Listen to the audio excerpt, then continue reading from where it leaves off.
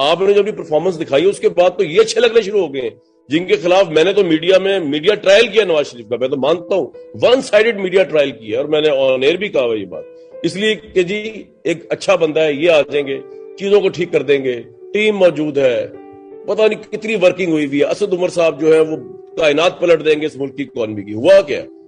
یعنی کہ وہ ڈالر جو 70 سال کے اندر پہنچا تھا 120 پہ, وہ انہوں نے 170 پہنچا دیا 2.5 سال میں.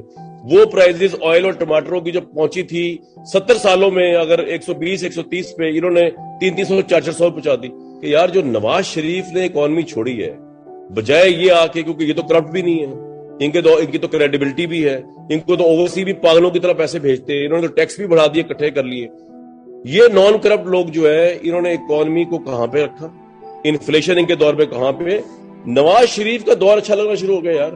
اسحاق ڈار جو ہے دنیا کا سب سے بڑا وزیر خزانہ لگنا شروع ہو گیا مجھے, جس کے خلاف میں شوز کرتا تھا کہ اس کو پتہ ہی کچھ نہیں ہے, یہ اکاؤنٹنٹ ہے, یہ اکانومسٹ نہیں ہے, یہ بینکر ہے, یہ پتہ نہیں کیا ہے, انہوں نے کتنے پیسوں کو گھپلے, یہ وہ کیا کچھ. یہ سب سے بڑی ٹریجڈی ہے میری, ذہنی ٹریجڈی, کہ یار جن لوگوں کو کرپٹ ثابت کرنے کی کوشش کی گئی عمران خان صاحب کے پیچھے لگ لگ کے, اور جو اس وقت کے کیسز آ رہے تھے اور جس طرح آ رہے تھے, وہ کرپٹ ہے یا نہیں ہے, لیکن ان کی پرفارمنس تو یار ان سے بہت اوپر تھی بھائی. پاکستان کا جو اس صوبہ ہے پنجاب, پاپولیشن وائز دنیا کا 7واں ملک بنتا ہے, آپ نے وہاں بزدار لگا دیا یار.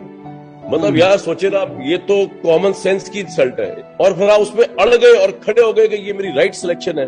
میں کہا ہو یار کامران شاید یہ کیا بلنڈر ہو گیا.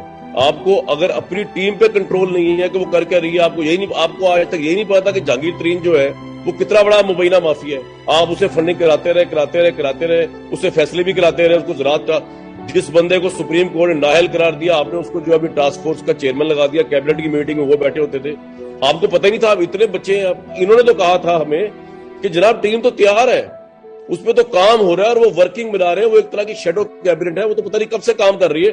24 سال عمران خان صاحب کو اسٹرگل میں ہو گئے, 14 سال سے وہ کام کر رہے تھے. نہ وہ ٹیم آئی نہ وہ لوگ آئے. یہ سب سے بڑا دھوکہ ہے اس ملک کو. نہ وہ T20 سمجھ کے کھیل رہے ہیں, ون ڈے میچ سمجھ کے کھیل رہے ہیں.